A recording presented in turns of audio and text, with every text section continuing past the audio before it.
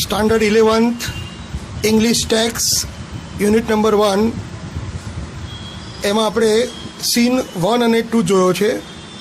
હવે આપણે સીન 3 શરૂ કરીએ. જે વિદ્યાર્થી મિત્રોને ટેક્સ્ટ બુક દેખાતી ન હોય મોબાઈલ ઉપર તો એમણે પોતાની ટેક્સ્ટ બુક ખુલ્લી રાખી અને સમજવાનું છે. બરાબર. ઓન 28 ફેબ્રુઆરી 2012, 28મી February 2012, almost year after I was pushed out of the train. Arunima Sinha કહે છે કે બરાબર 1 વાગ્યા 1 વર્ષ પછી ટ્રેનમાં મને ફેંકી દેવામાં આવી હતી. એ ઘટનાના 1 વર્ષ પછી I set out for the training institute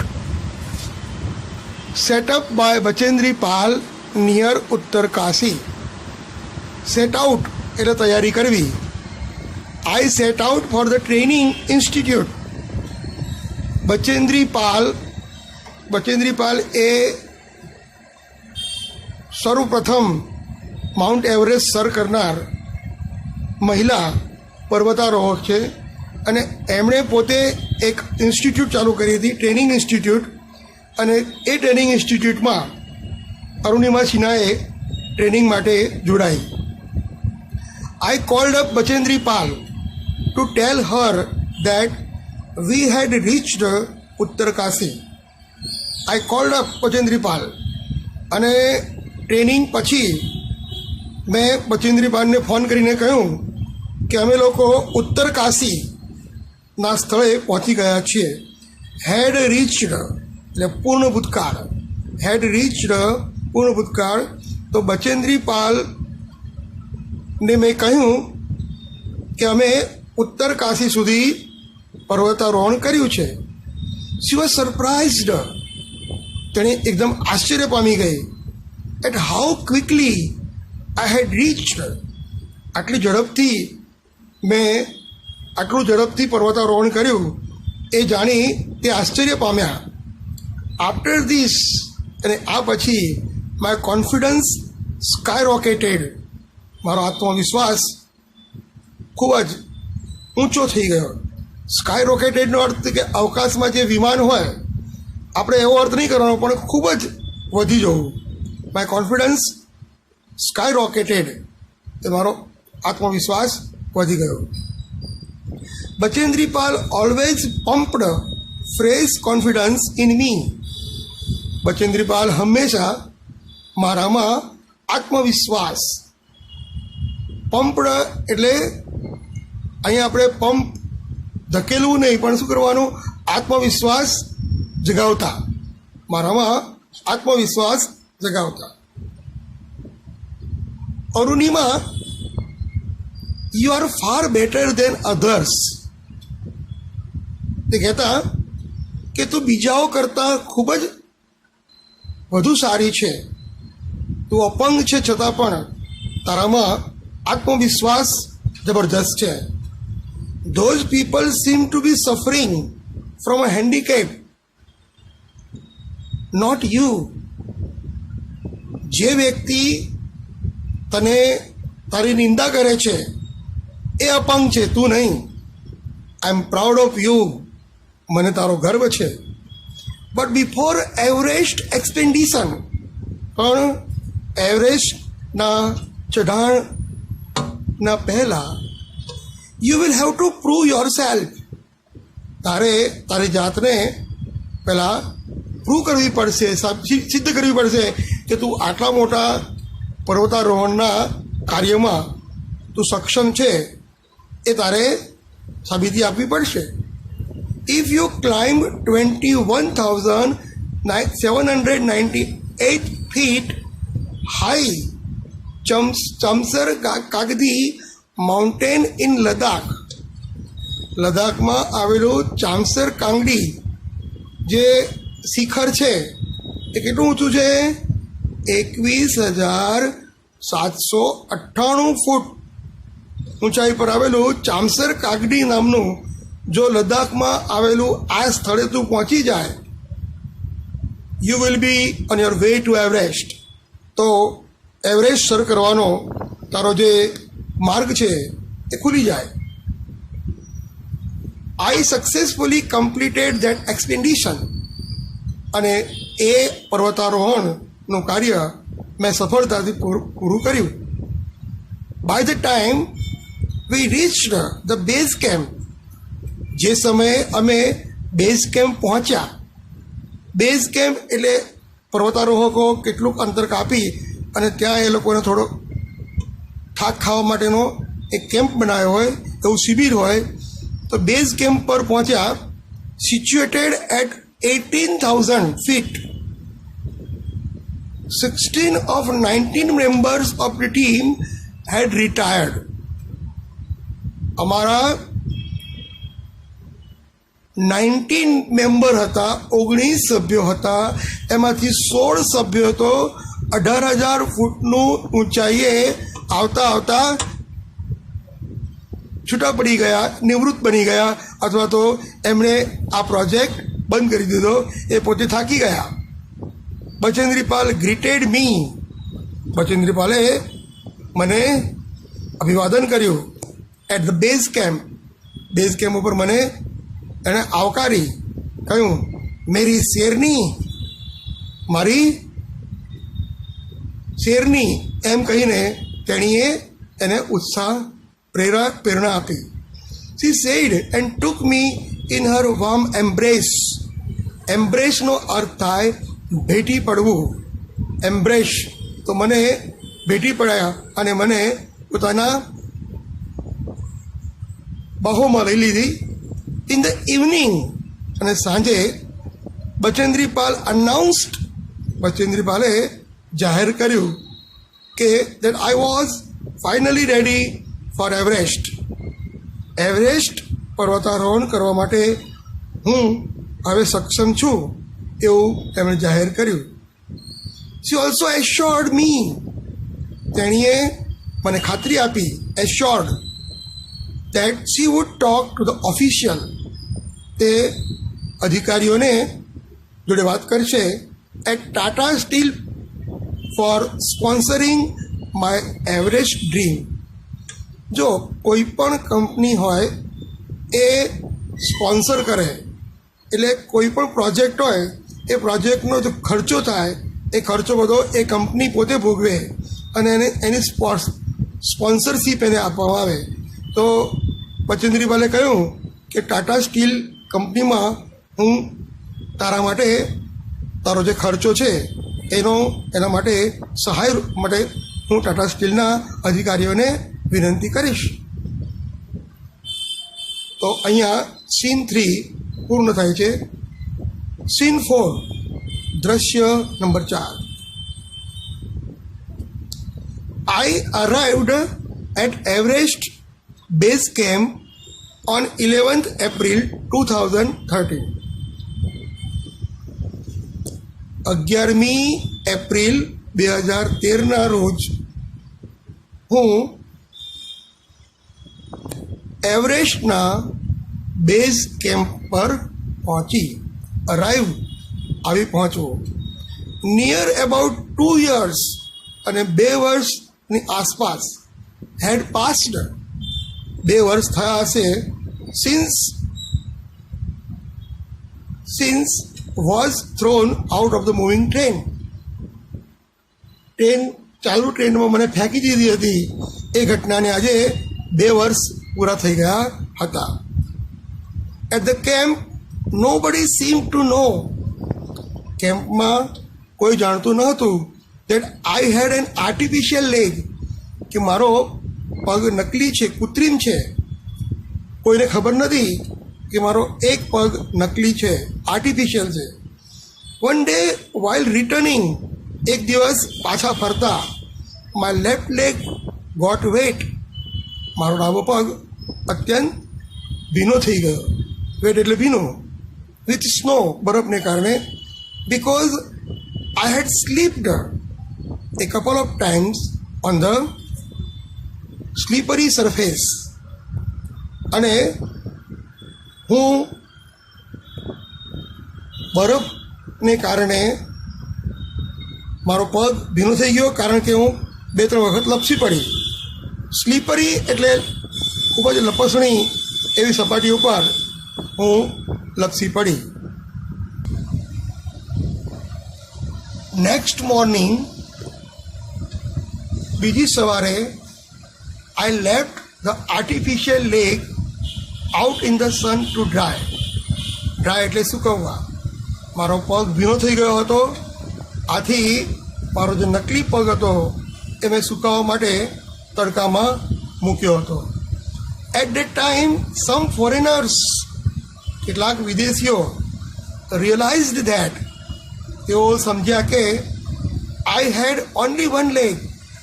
અને એ લોકોને એ વખતે ખબર પડી કે મારે તે એક જ પગ છે. After that my TRP સોર્ડ. અને એ પછી મારી TRP, લોકપ્રિયતાનો આંક, મારો ખૂબ જ ઊંચો આવી ગયો.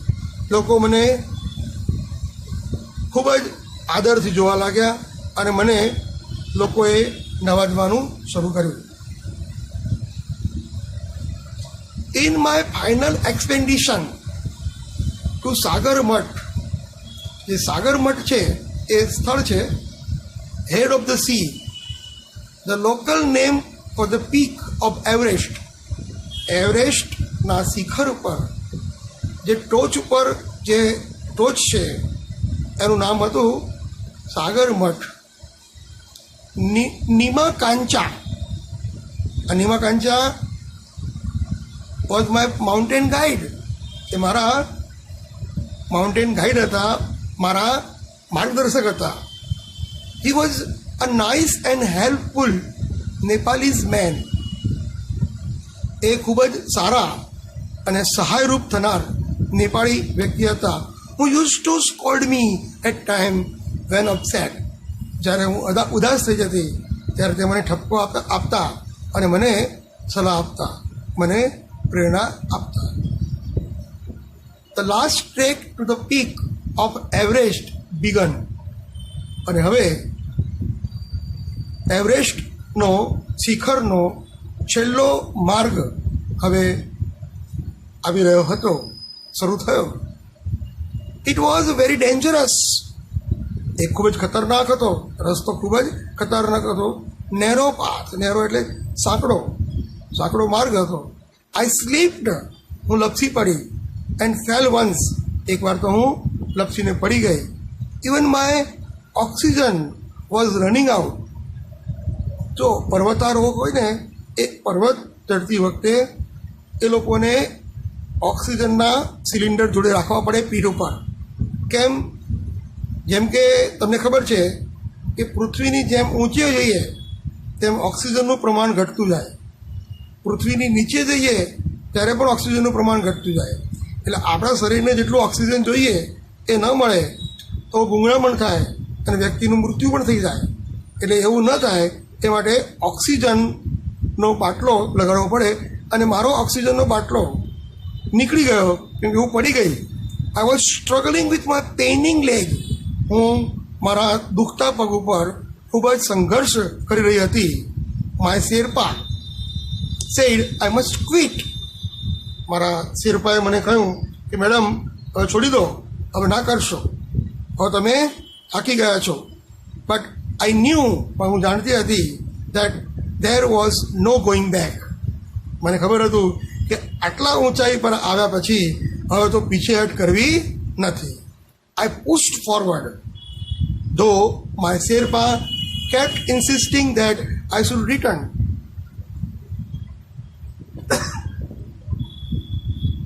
મેં મારી જાતને આત્મવિશ્વાસથી આગળ ધકેલી. જ્યારે મારા શેરપા જે હતા એ આગ્રહ કરતા હતા કે આજે મેડમ તમે આગળ વધશો નહીં. I have enough oxygen to reach the summit. Summit એટલે શિખર ઉપર પહોંચવા પૂરતો મારી પાસે ઓક્સિજન છે. And હોઇસ્ટ the countries flag. હોઇસ્ટ એટલે ફરકાવવો. દેશનો જે રાષ્ટ્રધ્વજ છે એ ત્યાંથી હું ફરકાવવા માટે મારી પાસે પૂરતો ઓક્સિજન છે. What happens afterward doesn't matter any more. અને એ પછી શું થયું એ કોઈ મહત્વનું નથી. આઈ ટોલ્ડ નીમા કાંચા ફર્મલી, મેં ખૂબ જ નિશ્ચયપૂર્વક નીમા કાંચાને કહ્યું, રિમેમ્બર, યાદ રાખો, none can defeat you until you concede. જો તમે શરણે થઈ જશો તો તમે શરણે નહીં થાવ તો તમને કોઈ હરાવી શકશે નહીં. તમે શરણે થઈ જશો તો તમને બધા હરાવી શકે. એટલે તમારી જાતને તમારે પ્રોત્સાહિત કરવી પડે. યસ, ઓકેઝનલ ફેલ્યોર્સ, ઓકેઝનલ એટલે પ્રસંગોપાત જે નિષ્ફળતાઓ છે, will test you but keep trying. તમને એ હતોત્સાહ કરે, તમને નિરાશ કરે, પણ તમારે પ્રયત્ન ચાલુ રાખવાનો. સમ ડોર્સ ઓફ ઓપોર્ચ્યુનિટી, અને તકના જે દરવાજા છે, વિલ સર્ટનલી ઓપન, એ ખુલી જશે. Then I could see him following me even as I continued to drag myself to the top. Then I could see, અને મેં જોયું કે નીમા કાંચા મારી પાછળ આવી રહ્યા હતા. ઇવન એઝ આઈ કન્ટિન્યુડ, મેં ચાલુ રાખ્યું હતું, ટુ ડ્રેગ, ઘસડાતા myself to the top, શિખર ઉપર ચડવાનો પ્રયત્ન, મારી શરીરને ઘસડાતા મેં ઉપર ચાલુ રાખ્યો.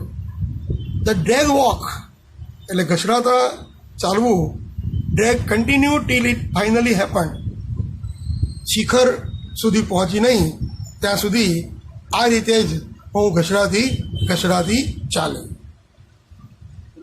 હવે તમે જુઓ કે ટોપ ઉપર પહોંચીને અરુણિમા સિન્હા એ કઈ રીતનું વર્ણન કરે છે અને એની માનસિક કન્ડિશન કેવી છે. ધ ટોપ એટલે શિખર, આ એવું શિખર છે કે માઉન્ટ એવરેસ્ટનું શિખર છે, અને એ શિખર પર હું અત્યારે આવી ગઈ હતી. અને એ શિખર 20 foot by 20 foot ice table, ચોરસ હોય ચોરસ, આ રીતે ચોરસ 20 ફૂટ બાય 20 ફૂટ આવો ચોરસ ટેબલ જેવો હતો ભાગ. I saw several flags of various country fluttered proudly, મેં જોયું તો ત્યાં અલગ અલગ દેશના ધ્વજ ફરકાતા જોયા મેં. એટલે જે આટલા ઊંચાઈ ઉપર આવી જાય એ પોતાના દેશનો ધ્વજ લગાડે. એટલે જે પણ એની આગળ આ બધા આવ્યા હશે પર્વતારોહકો, એ જે પણ આવે એ સર કરે એ પોતાની સિદ્ધિ માટે પોતાનો રાષ્ટ્રનો ધ્વજ લગાડે. તો મેં જોયું કે ઘણા બધા રાષ્ટ્રધ્વજ ફરકતા હતા. I had lived this moment so many times in my mind. જો